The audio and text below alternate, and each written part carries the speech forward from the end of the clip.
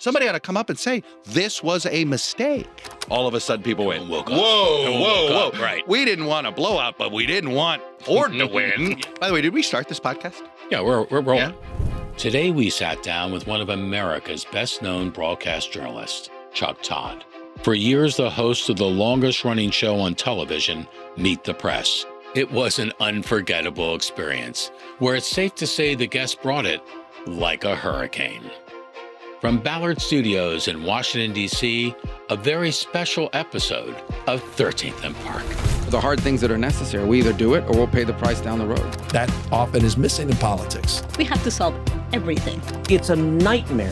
You and I can differ, but that doesn't mean you and I cannot be friends. I have faith in the American people. Those are the facts. The Illuminati, right there. Aliens could have invaded and nothing would surprise me at this point. We went from North Korea to M&M. That's a lot, man. What's in this tea?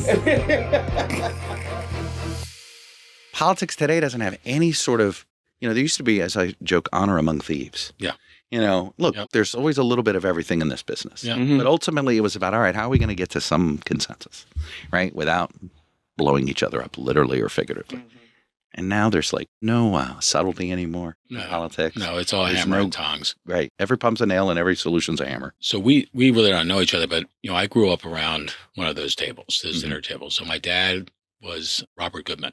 Mm-hmm. So Bobby Goodman, Roger Ailes, and Bailey Deardorff. Those were the three dynamos. I was raised in the Doug Bailey wing. Okay. Did you know that? No, I didn't. Okay. But he's very close with Doug. Oh, Doug because of was Hotline. Was Hotline. Right. Had a little bit of relationship with Deardorff, but not the same.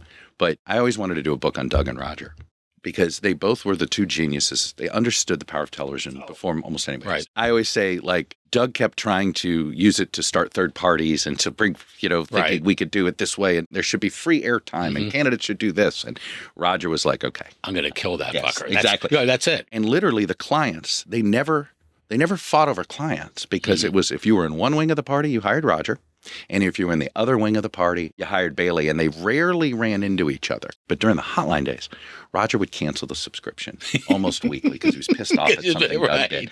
And literally, somebody at the office would call up, can you please restore our password, please? Right. We know Roger's pissed, what do we need? The check's coming, don't worry. It was this constant, they never had a reckoning.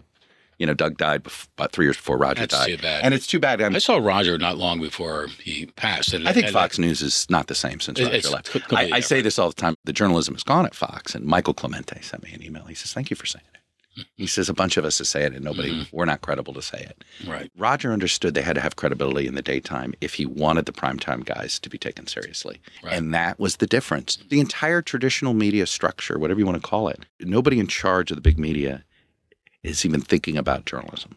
No. And what its role should be, what the First Amendment should be. I mean, I find this AP thing, look, not standing up to him, rallying around AP over basically, which is, they got kicked out for the First Amendment. That is a violation of the Constitution. Right. Come up with another reason to get rid of him. Right. But you can't use that, right? And they articulated that this was the reason. We don't like the coverage. And they didn't stand up. Yeah. And by not standing up, so you've already offended the right, and they've walked away. Now the people that still are listening to you think, what are you afraid of? They're literally telling people, don't trust any of it. You said that recently, don't trust anything. So what can people trust in? I think they trust their neighbors. And I think, this is why I'm obsessed with local news, because I've come to the conclusion that national media was never trusted. I say this with you go back to the civil rights era. Yeah. National media was booed out of the South. I mean, Tom Brokaw started at NBC, at KNBC. He was the local anchor and the sort of West Coast correspondent. It was back in the day. That's how they did it. He gets the call to the big leagues before he's going to New York. And basically they say, before going to the White House, they wanted him to get some more experience outside of California. So they send him to Atlanta. And he's covering, the heart of the civil rights movement, Lester Maddox, John Lewis, all these guys. And, he tells stories just how much people would just yell, we don't trust him. I mean, we think it's bad now. It's much worse then, right? If you worked for a major national news organization. But they trusted the local guys. Yeah. And the local guys were reporting the same stuff. And so over time, the local gave the national the credibility. And so let's fast forward 30 years.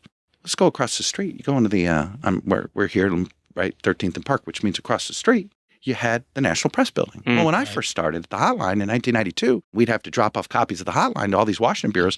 The place was filled with Washington bureaus. Now it's PR shops. Right. Because there are no Washington bureaus. Canada has one, CBC. Right. No, it's all international bureaus now. That was in there. And what happened was in the mid-90s, Digital Revolution 1.0, I call it. Take Knight Ridder.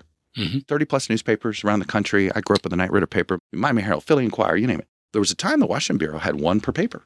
One person per paper. Yeah. Okay? Morning Call used to have one here. Right. And then somebody figured out, why do we need 35 versions of this, of a similar story? Right? That's what a bean counter thought. And so, okay, all right, instead of 35 Washington Bureau, Knight Ridder went down to 2, 3, 4, whatever it was, right? So the reason why people say they don't know what Washington does is, guess what? Nobody's telling them from their community how what Washington decisions are impacting their community.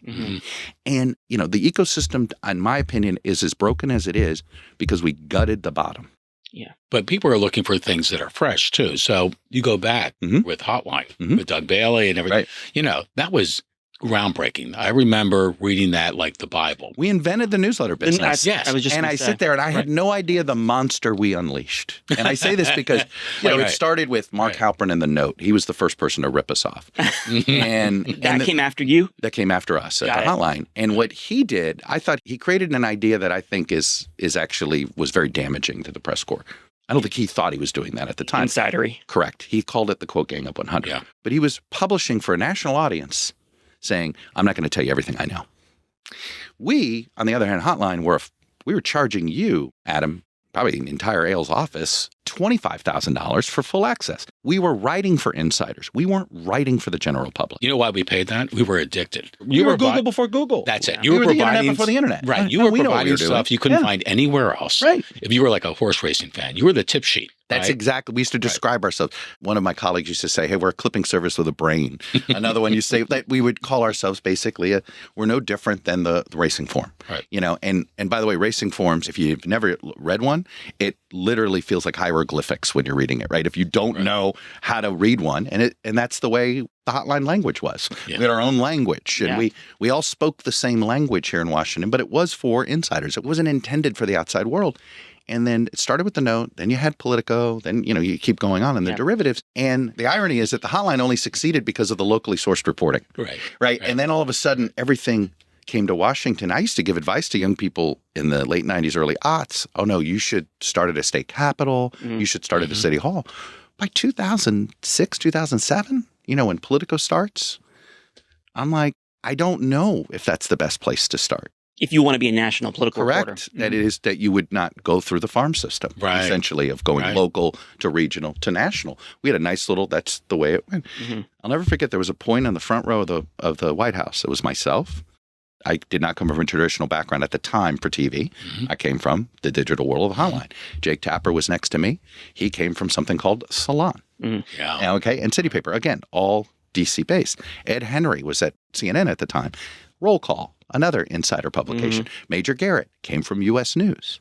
And he was sitting at Fox. You had Nora O'Donnell at CBS, and she was from Roll Call as well. The point is, not a single one of us came from Tucson or Denver or Chicago or Tallahassee. I could sit here and say, well, I grounded myself in a lot more local, doing the best I could. But we were sitting there, and if you wanted to be one of us, you looked at our career path.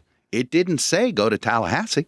Yeah. It didn't say to go to Harrisburg. It didn't say to go to Springfield. Right. Is that what like Rita Braver and Andrea Mitchell did? Yeah, Andrea Mitchell came through the Philadelphia and worked her way through local. Like I said, Tom Brokaw was a local guy in L.A.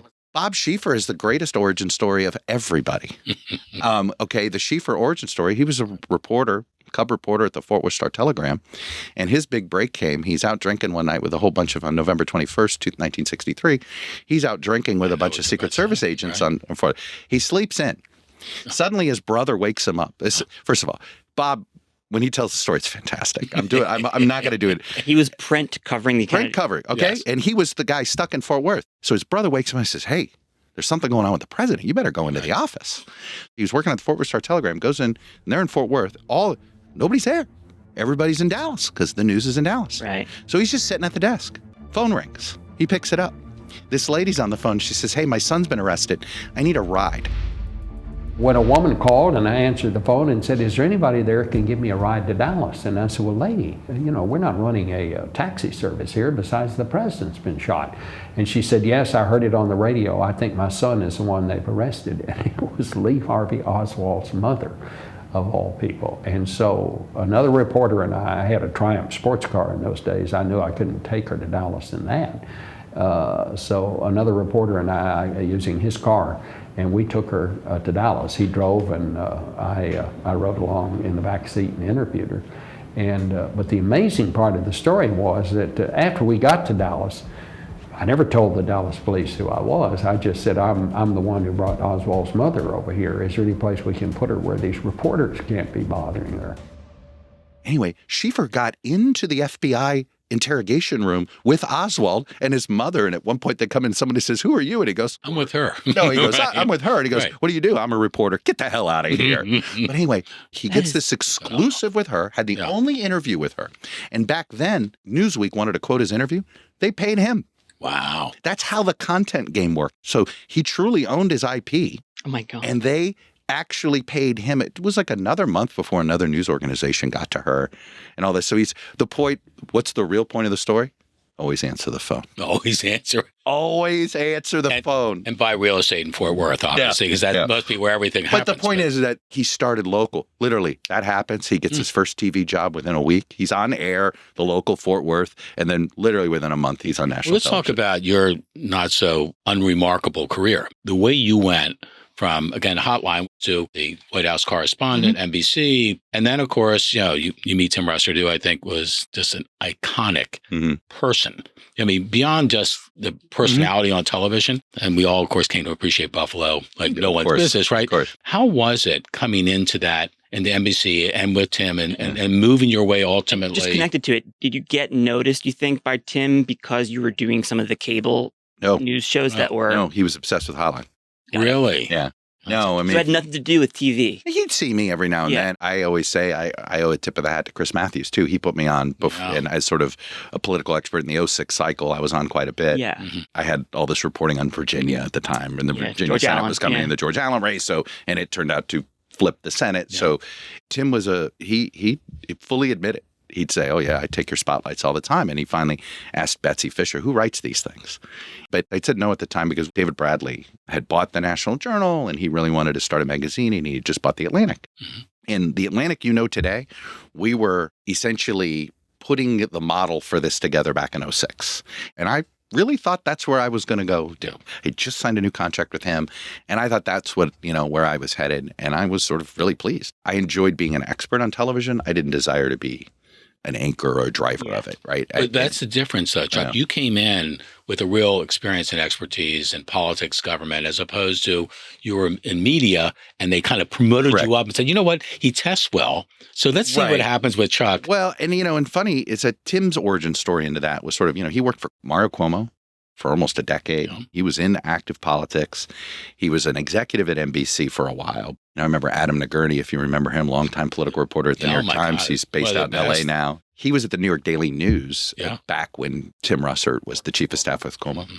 And I remember Adam telling me, he goes, "Never did I think he was going to be the bulwark for journalism for us." He goes, "Because there was no source that was tougher and was scathing and all this stuff." And he said it with love. But the stuff I learned from my professor, Doug Bailey, the stuff Tim learned on the inside of power, right? Understanding does make you a better reporter. I remember David Broder one time saying the biggest regret he ever had was not ever spending a week on a campaign. I remember he said it in the Washington Post. Yeah. He goes, "At the end of the day, I think I understand how this works, but I'm not sure." But as someone that's been in the field for almost 4 decades, it always frustrated me that there wasn't more knowledge by the media of politics. It wasn't that it was purposeful and intentional, but they often report things that were completely preposterous that betrayed a naivety to the process. That was always my frustration with television at the time. And in fact, it's what was my hesitation of moving over there, as I didn't think that... Not a culture that lends itself to nuance of what's going on in politics. But I got to enter NBC at a time of incredible transition. If you remember, right around then, they'd also hired a medical doctor to be a correspondent. That was a big deal back then. It used to be you just found somebody who was pretty, man or woman, frankly, just good hair, to find sources in the medical community to be the, quote, medical correspondent, right? And people were like, why don't you actually have people who've been to med school be a reporter? And, it's like, I think that it's been healthier that we've had people that worked in finance that work at CNBC, right? That doesn't mean you want them covering what's going on in working class America. I want them covering the markets, though, right? Like I do think you have to sort of, you can't just apply it to everything, right? You got to isolate the expertise. Like I think generally we really did a terrible job covering the Great Recession back then because we farmed out too much of our economic coverage to CNBC. CNBC covers markets. They don't cover the economy. And I don't mean that in a negative way. The economy is how people interact, right? It's how people buy and sell things. The markets are separate. CNBC covers the markets better than anybody. Okay. But, you know, I remember Tom Costello, he came from CNBC and he was always trying when he covered the economy to try to cover it people first. And I do think that still to this day, we're a little too market focused. And I say we, the collective we, right? Because over 50% of Americans have money in the market. So we all have a little bit of skin in that game.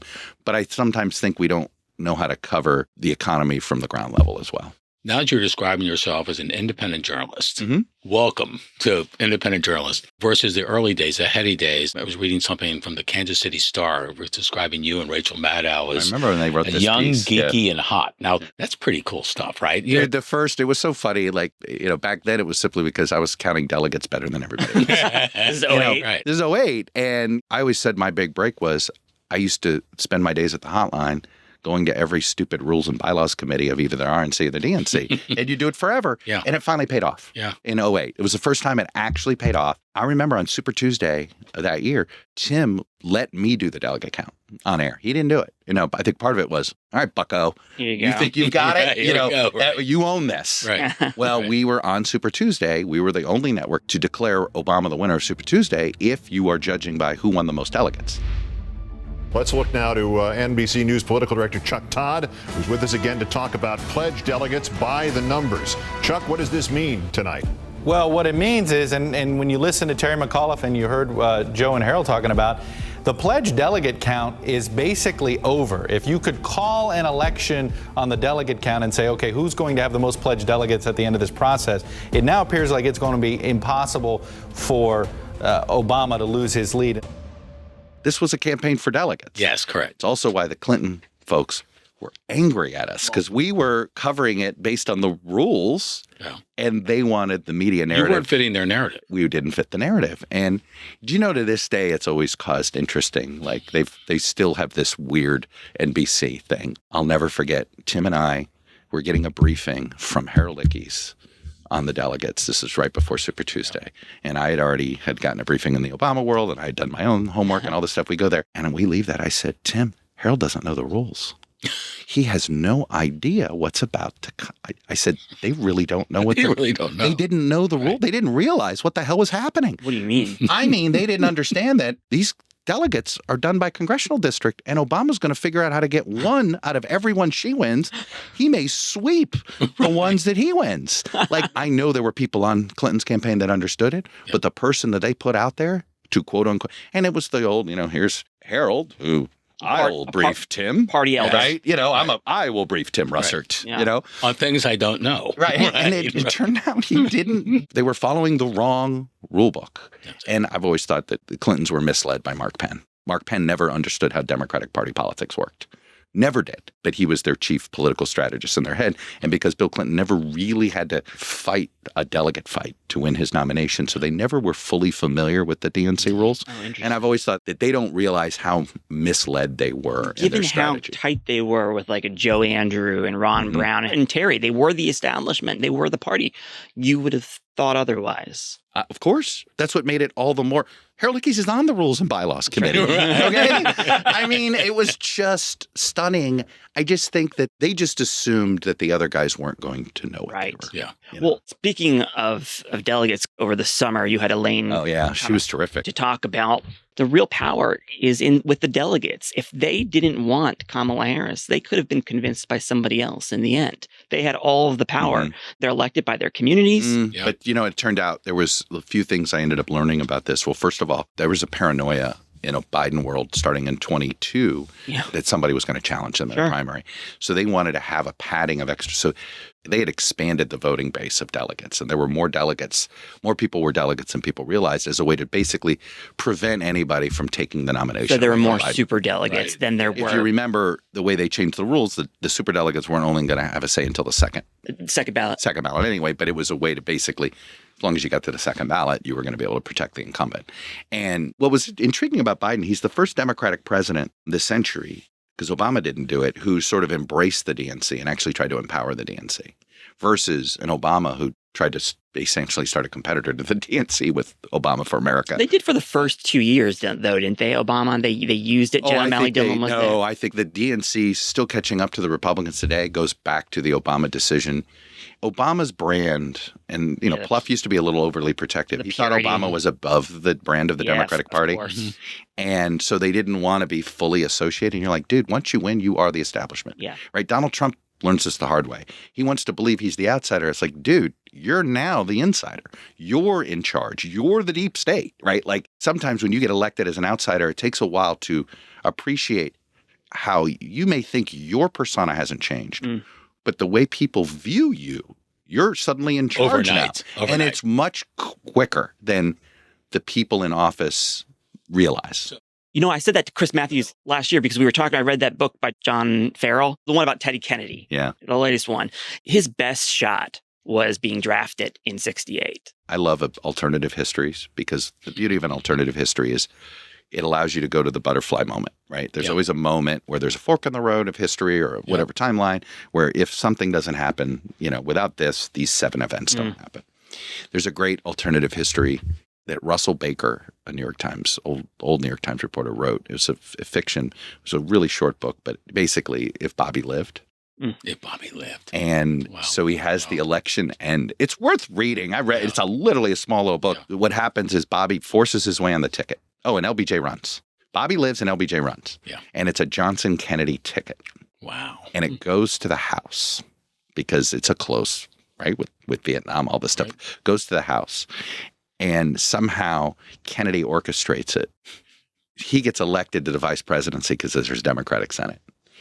We don't have a president in the House. Well, after this certain amount of time, guess who becomes president?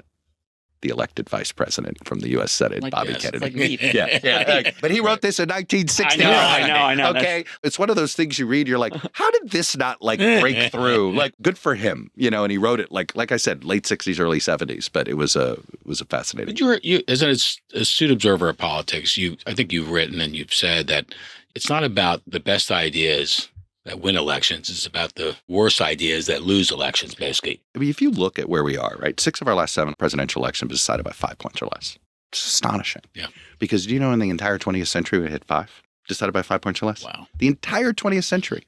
The closest election before 2000 was probably 76. Yeah, that was very close. And then 68 was super close. Bailey. Obviously. Yeah.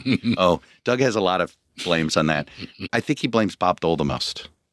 Democrat wars. From the infamous VP debate. Yeah, sure. 2 things he blames. One was that, everything's worth a point, right? When you lose by a point. You forget Watergate. That had something to do with it. But of course it did, and the pardon and all this stuff. But he also believes that if Gallup comes out Saturday before the election and it's the first time Ford's ahead, because Carter, it was this slow sort of erosion. Doug pioneered these ads. They were man on the streets ads, and they were just saying, do you think this guy's ready? Carter is embarrassing me quite a bit with the way he's opening up his mouth lately. I was going to vote for Carter, yes, but I changed my mind. I'm going to vote for Ford. As an independent, I try to vote for the best man for the job. And Ford is the best man for the job. I've been a Democrat all my life, but this time I'm going to change. And it was just average, quote unquote, real people going, yeah, you're right. I don't know that much about him. Maybe I will. And it was working. But Doug thinks the worst thing that happened was Gallup showed Ford ahead by a point. He said, all of a sudden people went, whoa. Right. We didn't want a blowout, but we didn't want Ford to win. We are not going to let Nixon's running mate get in there, right? But you go back, you had 68, you had 76, and then you have to go back to basically the early part of the 20th century. But in the 19th century, we had something like 13 different presidential elections that were decided by 5 points or less. We had 5 straight in the last part between Grant and McKinley, and then you had a bunch between Jackson and Lincoln, when we had 7 presidents in 28 years. So I sort of look at that and say, there's something familiar about these 2 eras. And I've concluded that the Cold War united the country for a few things. It was an existential threat. We were all worried about it. We're good at that, by the way. Yeah. Under a threat, we kind of pull together. We do. I always say, trust the voters. They eventually get it right. Emphasis on eventually. It just takes a while, right? But we figure it out, and we're going to experiment and we're going to do it our way. We're not going to let other people tell us what to do. But I don't think the Civil Rights Act passes without the Cold War because the Soviets were using it in propaganda against us. When I do these in talks, I say, so now don't go thinking I want war with China in order to depolarize America. Right. But if you're wondering how America gets depolarized, it is probably a threat from the outside. Terrorism. It's possibly terrorism. You know what it's not? A pandemic.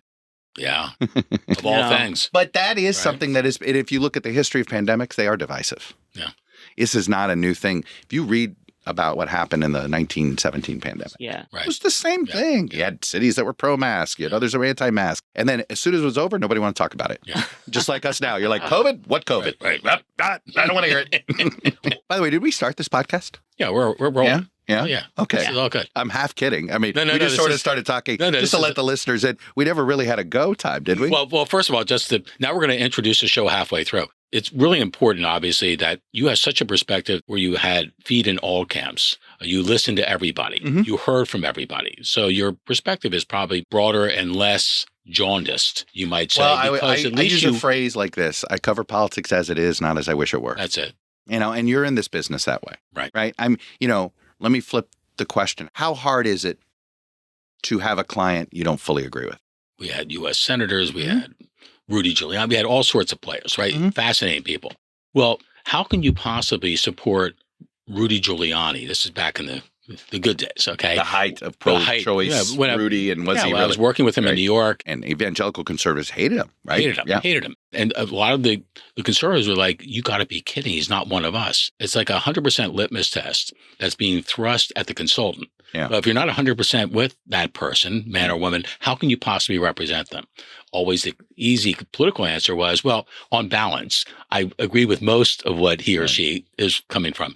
But it really was that kind of deal that was coming back the other way. What we always looked for was character, what's underneath someone. Right. And whether or not you like the politics of Barack Obama, mm-hmm. there was a real core there. Mm-hmm. Whether or not you liked George W. Bush or George Herbert Walker Bush, even more so. My dad did his first campaign for president against Reagan. It was very interesting. His favorite tale was when they went up to New Hampshire in the famous incident with the microphone, right? Yeah. Where George froze when Reagan just stole the moment. It was over because George had big mo and went to no mo.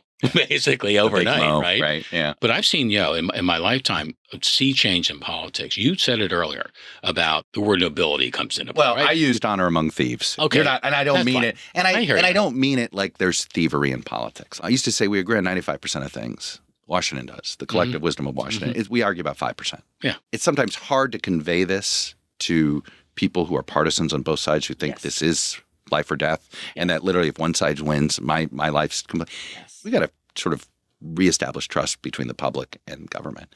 I almost wonder if the attorney general should always be from the opposite party of the president. Interesting. And create a Federal Reserve-like structure with our Department of Justice that at least attempts to put one more barrier between politics. Yeah. There's politics at the Fed, don't get me wrong, but I think you've got to convey to the public that, hey, we're doing our best.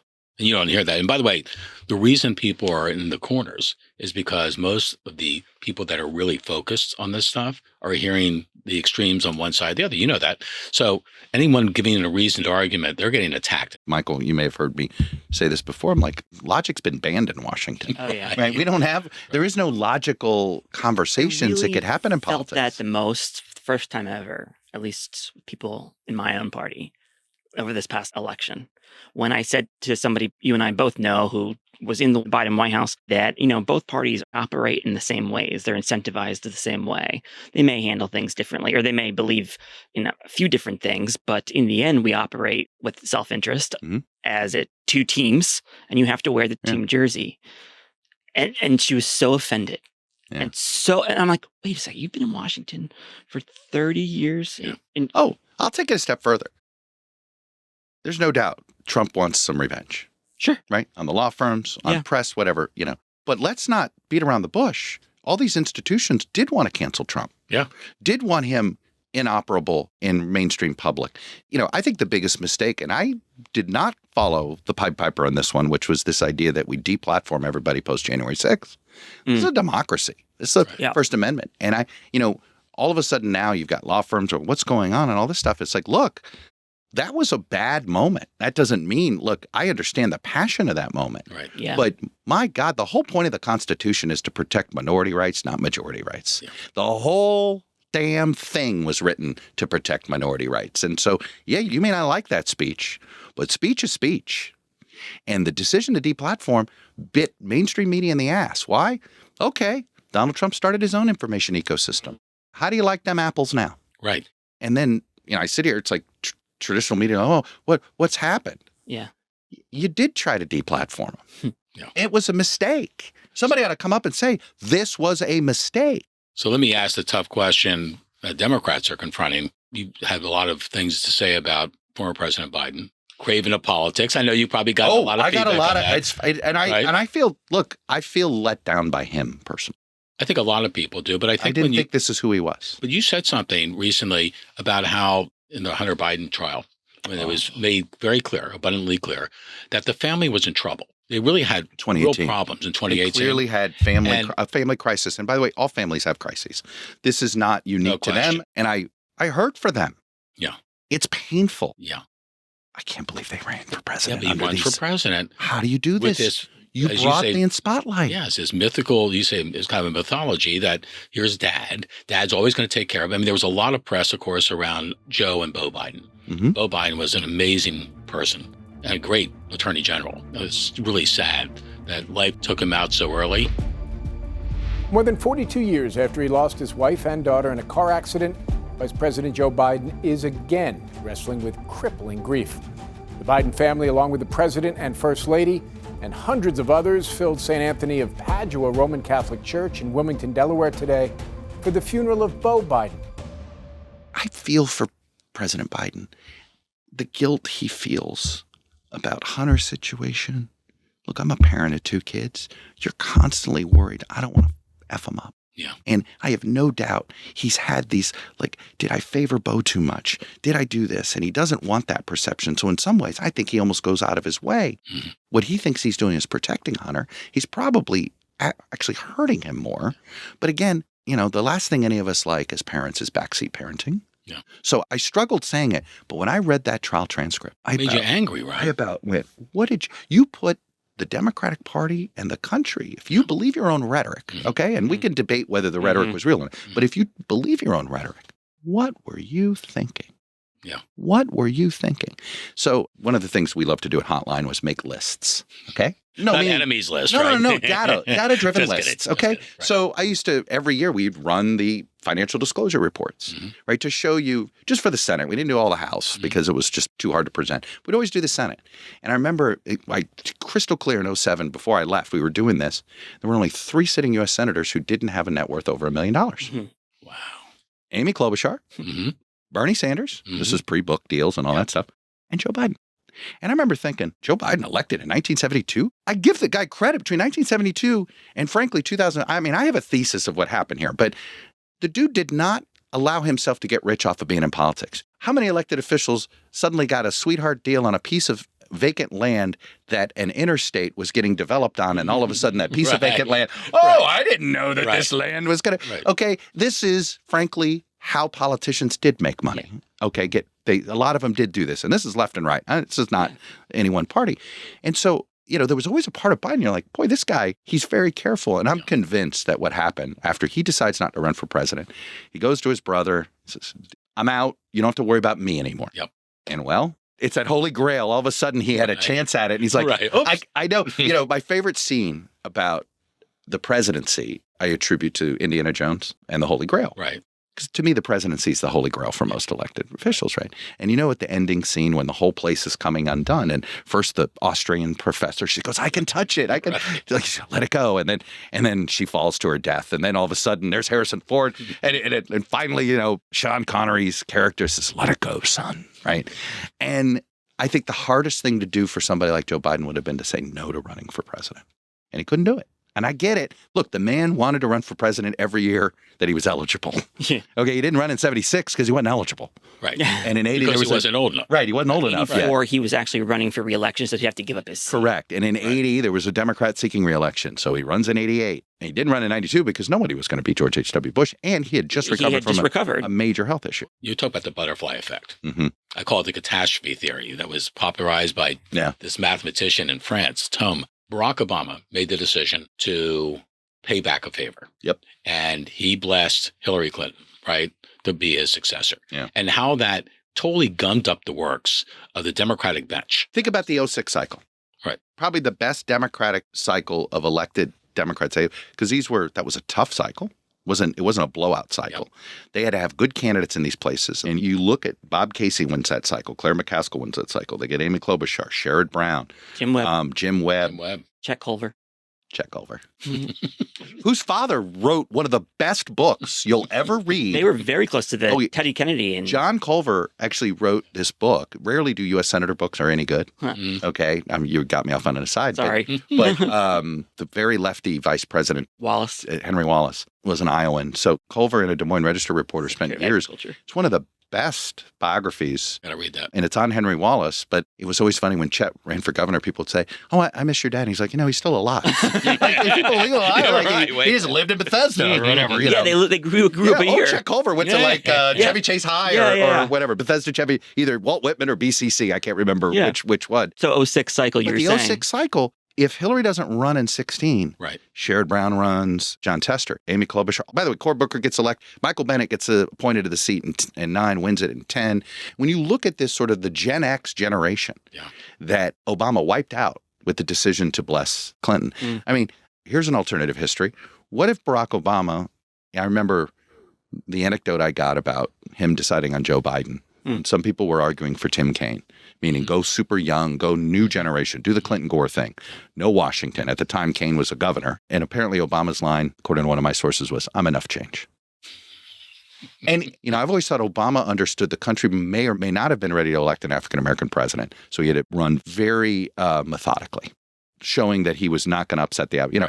He didn't fight the flag pin thing. He put it on, right? Like he was just, look, I'm not here to upset the apple cart. And it's a difference between Donald Trump. And now in hindsight, I think some on the left are going, how come you didn't do more? Right? He thought his presence was the change that would then... Jay Carney actually said it 2 or 3 years ago that their biggest mistake was laughing off the birth certificate stuff and not responding aggressively and not responding right away. Obama always thought it was all silly season stuff. And he thought, I don't have to, Yeah. Obama's still the only president I've ever covered who seemed to not care about what people thought of him. Chris Jennings, who worked for Clinton and the healthcare advisor, and then again for Obamacare, he said Bill Clinton was always the last person in the room because he always thought he could persuade somebody. Oh, and Bill Obama Clinton and Donald Trump are the same guy. And I've always Obama, said that. If you find a room of people, Bill Clinton had a knack of finding the person who hated him. Right. Donald Trump is the same knack. Right. I mean, I joke to my wife, you don't want to meet him. She's not a fan of him. And I'm like, because he'll work on you for the entire time to try to charm you. Right. Like I always say, people ask me, how's Donald Trump? I said, he's like every other politician I know. He wants you to like. But Obama was the first one out of the room, was the problem. Oh, yeah. Because he didn't care if you agreed with him or not. David Plouffe has that great anecdote from his first book where they have this big showdown over who should run the campaign. And Plouffe finally says, Senator, I'm sure you'd be a better political director than our political director. I'm sure you'd be a better campaign manager. But there you go. Your job is to be the candidate. There you go. Okay, you go be the best candidate.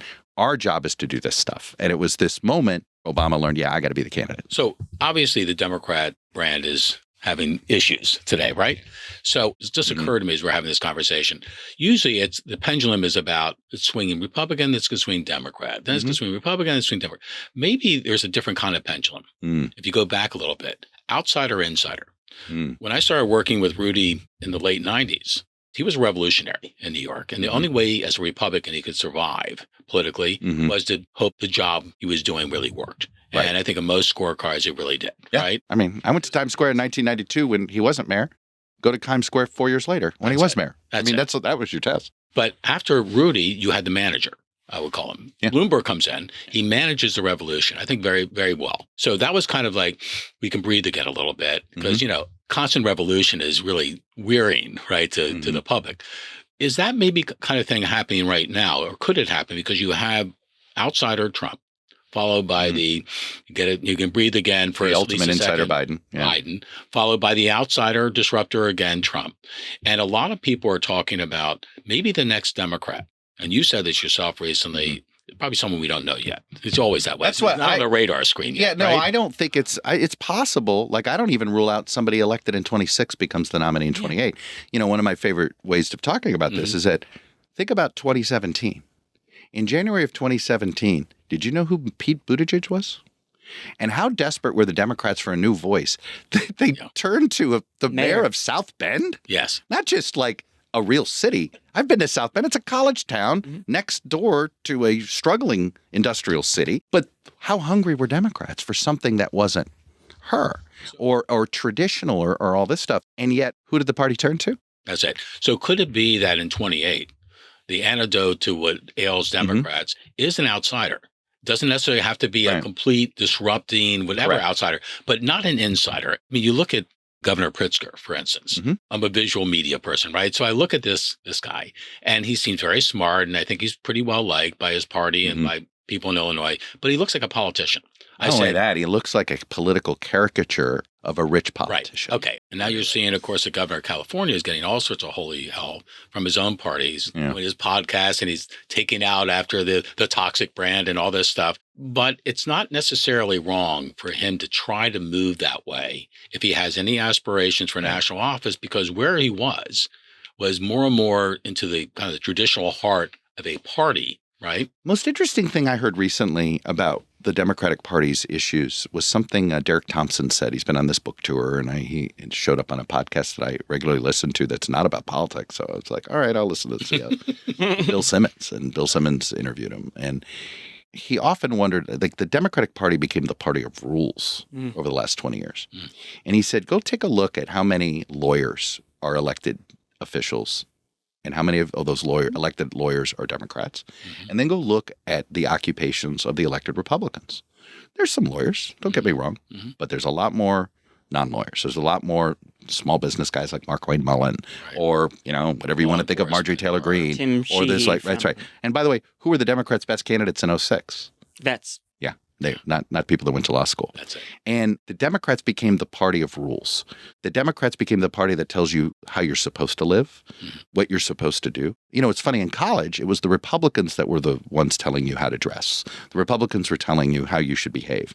It was the Democrats that were willing to, hey, we live and let live. Yeah. Here's a visual. 15 years ago, if you saw somebody with multiple tattoos on them, you'd assume they voted which way?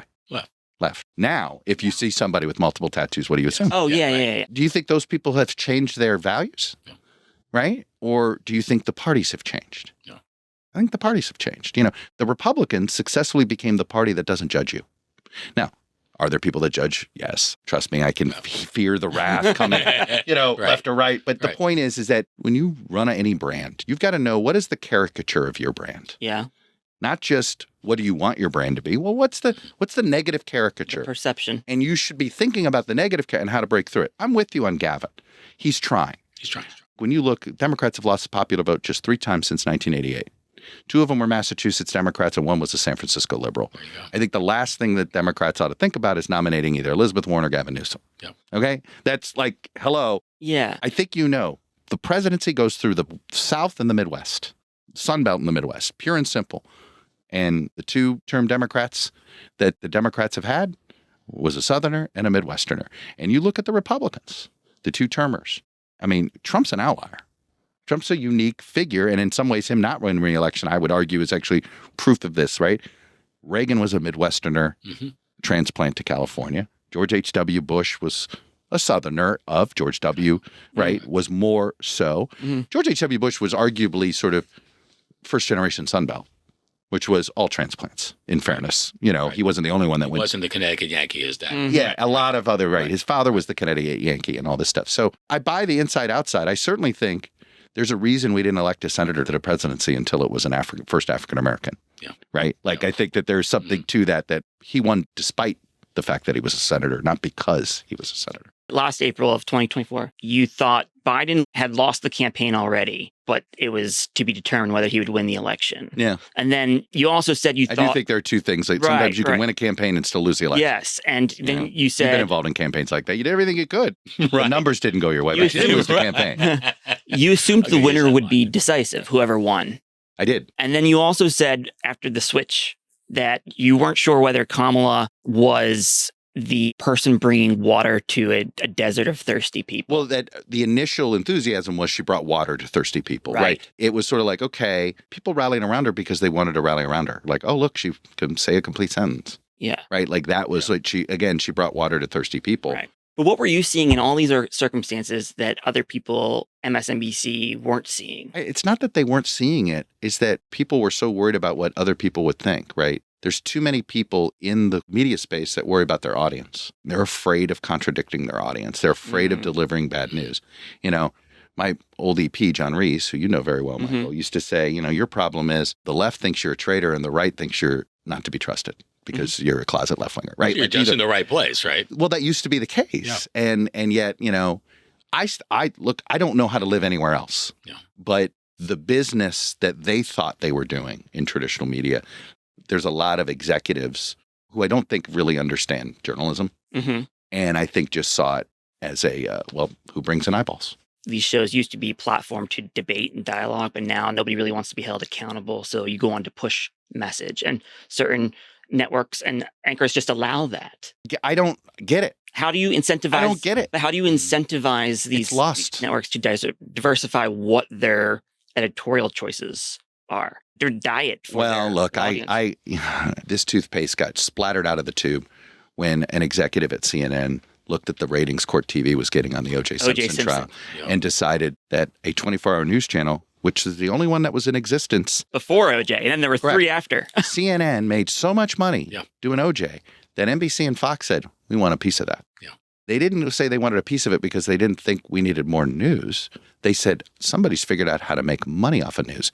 Pre-1994, in the television business, the goal was not to lose money. Roger knew this. You just had to not lose money. Okay. Right. You weren't being held to you need to grow 10%, 5%, whatever it was. Because you're doing a service to the country. And then all of a sudden, hey, if you make the news interesting, you can get more people to pay attention. Right. I think the fatal error that led us to this place is O.J. Simpson. Let's turn the page just at the end of this interview and talk about you for a second. Okay. A Floridian. I think a lot of people don't know that. I'm an actual Miami native. Here's my favorite thing is when people say, I'm from South Florida. And I always say, oh, you're not from Miami, are you? Right. That's right. If you're not from Miami, you say South Florida. That's exactly and usually it comes like, yeah, I went to high school in Boca. You know, it's like, okay, that's nice. And I like those places. My grandmother lived there for a time, but it ain't Miami, brother. So you're a Miami Hurricane fan. You're fanatical. Of course, your wife is from FSU. I don't know how you get along. Our mother said, at least they're not Gators. That's how it works. Florida State and Miami have always had a little bit of a brother-sibling rivalry. Right. You hate the Gator. Okay. No. That's a whole nother level. But you said recently that one of the things you really like to do in the life to come was to get in an RV. Yeah. And start to see college football in the South. Yeah. Now, my son and I almost completed the circuit of every baseball stadium in America. That's awesome. It's the greatest way to see the country through sports. We have two more to go, by the way. We have Texas Rangers and we have Atlanta, of all things, which is odd. Well, it's new. Both of them are newish, It's right? newish, right? Yeah. But you've worked so darn hard and you applied yourself so completely to this profession. Is this something that suddenly in the next chapters of your life becomes much more appealing? Well, I will tell you this. I mean, I already have more plans to see more live college football games. I love college football. I love the pageantry of it. Yeah. I love every part of it. I bleed the orange and green with Miami, but I want to see an Auburn, Alabama game. Yeah. I want to see Michigan, Ohio State in the big house. I haven't done that. My wife's gone to a Notre Dame USC game at Notre Dame. I couldn't go. But the point was she didn't wait for me. She went, and I joke, I grew up in Miami. My wife grew up in Pensacola, so we compromised and we have a place in Pensacola. But it's a great place actually to go park yourself. And then during the week, it's like you don't have to drive very far to get to Auburn. You don't have to drive very far to go down to go to Baton Rouge to catch LSU. Right. And the beauty of Pensacola, it's a military town. So what that also means, there's nonstops to Dallas, there's nonstops to DC, there's nonstops to Chicago. So I feel like I've got a good location. My son's a senior in high school, so he's going to SMU. So is he? It's all ACC in my family. ACC now. I got a daughter at the University of Miami. I got a son going to SMU. My wife's Florida State. I actually went to GW. We remember the Atlantic. You were a football power, weren't you? Undefeated since 1964 was the freshman shirt that everybody would sell. They dropped football in 63, and they haven't lost a game since. When I swam in the Big East, Miami was still in the Big East at that point. It was really cool. When I went to college here in 90, and when we started at GW in 90, I was excited because at the time Miami had just become a member of the Big East, and all of a sudden Miami was going to do road games at Rutgers, West Virginia, Morgantown. Yeah. I went to all those games. Yeah. You'd go to Temple games, and it would be 10,000 Miami fans and 3 Temple fans. There you go. I missed that damn Big East because it was all right here. But Miami always has had the swagger, right? A little bit. I mean, you need to get it back. We need to get it back. You know you're at a... I always say this, we invented modern college football. That's my argument. It was all triple option crap before Howard Schnellenberger and Bernie Kosar came along and Jim Kelly before him and said, why don't we throw the ball? Right. I know, it's crazy. Well, we could go on for a while. I hope we go on long after this podcast. I want to say a couple of things. One is you've often seen the world on one side of the camera. But the people that saw you on the other side of the camera, you had tremendous impact on. I want you to know. I mean, sometimes, you've done this so long, you sometimes forget what it means to us to have information, right? And what they were hearing, they didn't always love. Right. They didn't always dig your points of view, but they know they were getting it from a source of substance, of depth, and that the intention was right. I always said, I want everybody to be a little uncomfortable for 5 minutes watching Meet the Press. That was my mantra. You did a good job with that. Because if somebody isn't on the show that didn't make you question something, then I didn't do a good job booking the show that week. That's the way I viewed it. But I think you also hope more than ever that media finds a way back, that somehow we start to believe in something again. And it shouldn't take something catastrophic for us to pull together as a country. And I hope that in the next chapters in your book of life, that you can devote yourself to some of that as well, because you carry with you a sense of history and insight that very few people have. For what it's worth, I mean, I'm going to have a public-facing podcast and get into the world of independent media and all that stuff. But half of my time is going to be devoted to this local news idea, and I'm working with some folks because I just think national media covers the stories you need to know. Local media covers stories that help you live your life. There you go. And you know why they don't trust us? Because we don't give them stories to help them lead their lives. Maybe we should do a better job of that on the national front, but it's kind of hard. Yeah. It's much easier to help people live their life locally. Well, Chuck, thanks for being with us today. And at the risk of all our Florida fans, I know. Go Canes. The Gators. Chop this.